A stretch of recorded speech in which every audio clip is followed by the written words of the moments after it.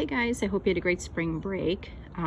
This week's objective is lesson 6.2, one-step equations with rational coefficients, and I'm on page 179.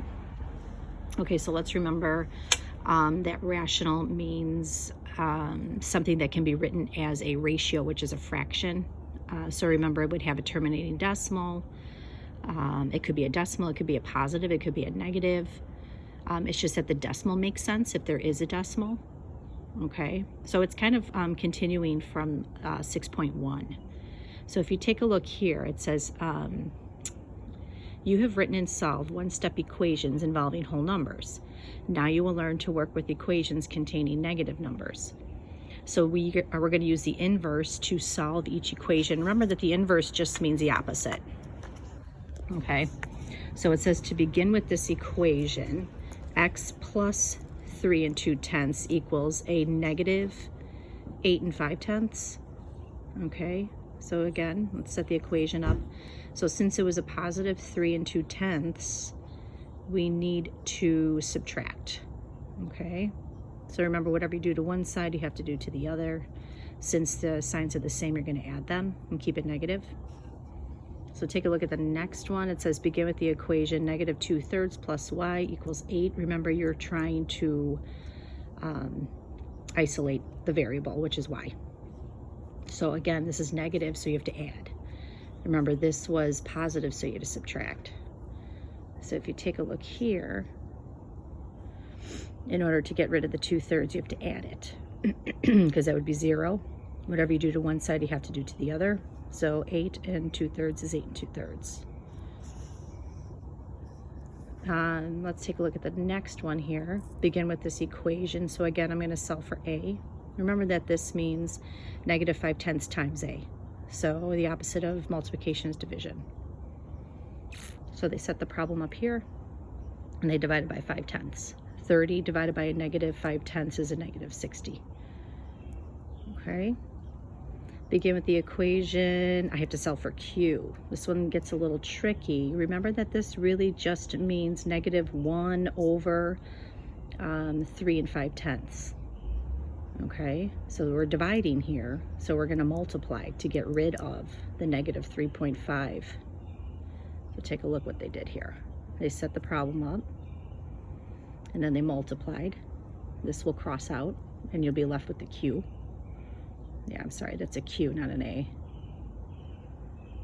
And then you've got 9.2 times negative 3.5, and that would be a negative 32.2, 32 2/10.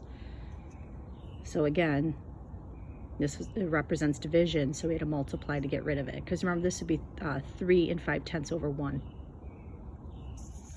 So take a look here, you're solving for z. This is positive, so you're going to subtract it. So negative 9 minus 4 5/9. You're really adding them, because remember that the signs would be the same. Okay, so take a look here. In order to get rid of this, I look here, it's negative, so I'm going to add it. I'm going to add 17 1/10. So remember, the signs are going to be different, so I'm really subtracting them. And I had more positives than I did negative. So the answer is positive. If you take a look here, I have a negative 3c equals 36. So this means 3 times c. So in order to get rid of the negative 3, I have to divide by negative 3. So 36 divided by negative 3 is negative 12. Okay. Writing and solving one-step equations. One-step addition and subtraction equations. Negative numbers often appear in real-world situations. For example, elevations below sea level, we did a lot of that at the beginning of the school year, are represented by negative numbers. When you increase your elevation, you're moving in a positive direction. When you decrease your elevation, you're moving in a negative direction. A scuba diver is exploring at an elevation of negative 12.2 meters. As the diver rises to the surface, she plans to stop and rest briefly at a reef that has an elevation of negative 4 55/100 meters. Find the vertical distance the diver will travel. So look how they set that problem up. That was the start. They started here below sea level, they went up, and then they ended up here. So in order to solve for x, we're going to add, right? Okay, so we add this. Signs are the same, so you're really subtracting, but you had more negatives than positives. So that's how far she went. Okay, it says explain how you know whether the diver is moving in a positive or negative direction before you solve the equation. The diver is moving from a lower elevation to a higher elevation, which would be in a positive direction. Okay. An airplane descends means to go down 1.5 miles to an elevation of, that's where he ended up, 5 and 25/100 miles. Find the elevation of the plane before it descends. Okay, so it started somewhere, it went down 1.5 miles, and it ended up here. In order to solve for x, we have to add. So that's where it started. Okay.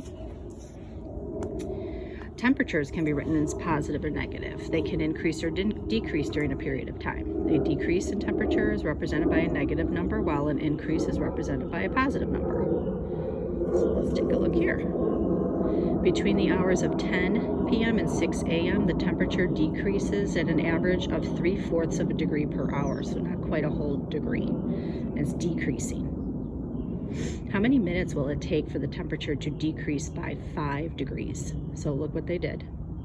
Remember, it's going down 3/4 a degree per hour. And we need to get to, we need it to decrease by 5 degrees.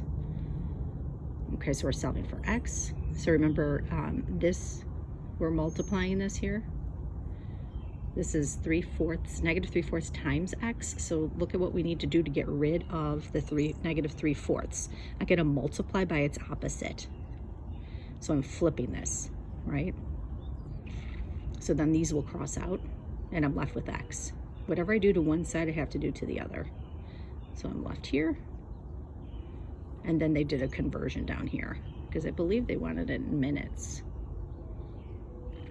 Okay. And this was given in hours. Okay, so that's per hour, but then we have to convert it to the minutes. It takes 400 minutes for the temperature to decrease by 5 degrees. Okay, so take a look here. The value of a share of a stock decreases in a value at a rate of $1.20 per hour. The first 3.5 hours of trading, write and solve the equation to find the decrease in the value of the share during that time. So this is showing here the value of the share, okay, divided by the 3.5 hours equaled this decrease of 1.2. which is the same as $1.20. I just took off that unimportant zero. So let's think about how we'd solve that. So we're going to go ahead and multiply, right, to get rid of the 3.5. So if I go ahead and multiply that, and let's see, why isn't that working here? So then that would cross out. I'm left with my x, and then we're going to multiply this by 3.5. And remember, a negative times a positive is a negative. So we know our answer is going to be negative. So 1.2 times 3.5. Remember, you don't really have to line them up when you're multiplying decimals. It's just a coincidence that they did. And that would be a 6 here, and that would be a 3 here. So then when we add it up, I've got, so remember, 2 numbers behind a decimal, 2 numbers behind a decimal.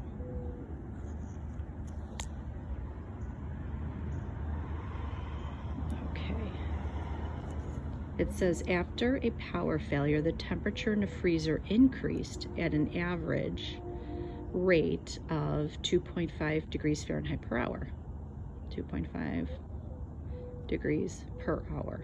remember per. The total distance was, and that's the total distance, 7.5 degrees Fahrenheit. Write and solve an equation to find the number of hours until the power was restored. So we're missing the hours here. So remember, this represents multiplication. So I set the problem up and I'm going to divide. And if you divide this, you get 3 hours.